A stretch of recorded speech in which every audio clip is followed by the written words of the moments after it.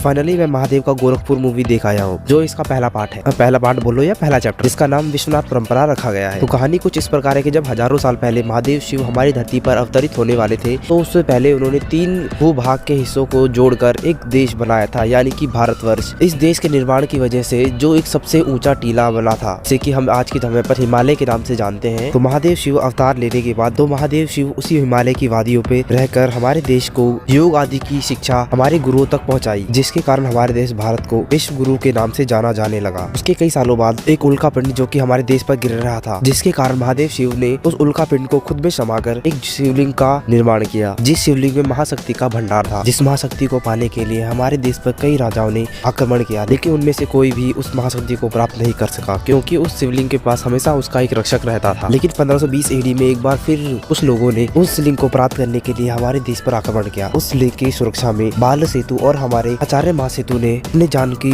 बाजी तक लगा दी, क्योंकि हमारे बाल सेतु की तो मृत्यु हो गई, लेकिन हमारे आचार्य महासेतु ने उस शिवलिंग को लेकर 150 सालों तक जल समाधि ले ली। इस विश्वनाथ परंपरा की कहानी फिल्म के फीमेल लीड कैरेक्टर को पता चलता है, लेकिन इसकी अधूरी कहानी को पूरा करने के लिए ने किसी सीनियर के सजेशन पे वह वाराणसी को निकल पड़ती है, इस किताब के लेखक के बारे में जानने के लिए और इसकी बची हुई कहानी के बारे में जानने के लिए, जिसमें कि एक प्रेत कुमारी है जो उस शिवलिंग को प्राप्त करना चाहती है ताकि वह उस दुनिया में सबसे ज्यादा सर्वशक्तिवान बन सके। तो इस प्रेत कुमारी के बारे में बता दूं तो यह प्रेत कुमारी एक लड़की है जो कि महादेव से प्रेम करती थी, लेकिन वह महादेव से विवाह नहीं कर सकी। लेकिन महादेव का विवाह पार्वती जी के साथ हो गया, जिसके कारण प्रेत कुमारी ने पार्वती जी को नुकसान पहुंचाने के लिए बहुत सारे चाल चले, लेकिन वह उसका कुछ नहीं बिगाड़ सकी, जिसके कारण प्रेत कुमारी को श्राप दे दिया गया था। लेकिन प्रेत कुमारी आज के समय में काला जादू कर अपनी सेना बना लेती है, उस शिवलिंग को प्राप्त करके महाशक्ति को प्राप्त कर सके। लेकिन जब फिल्म की सुप्रिया वाराणसी पहुंचती है, तो वहाँ जाके उसे पता चलता है उस रात मंदिर को बचाने वाला कोई और नहीं बल्कि वीरभद्र स्वयं रवि किशन, यानी कि महादेव के अंश वीरभद्र थे, जिन्होंने उस रात मंदिर को बचाया था। लेकिन वह पिछले 1500 सालों से इसी धरती पर रहकर उस शिवलिंग की सुरक्षा कर रहे हैं, जो कि आज के समय में एक पुलिस ऑफिसर पंकज पांडे के रूप में दुनिया में घूम रहे हैं। तो फिल्म की बात करूँ तो फिल्म मुझे काफी पसंद आई है। फिल्म भोजपुरी है और ये फिल्म देखने के बाद आपको बिल्कुल भी ऐसा नहीं लगेगा कि यह फिल्म भोजपुरी है, क्योंकि ये पूरी फिल्म हिंदी में ही बनाई गई है। पूरी फिल्म में आपको 2 ही जगह पर भोजपुरी देखने को मिलेगा,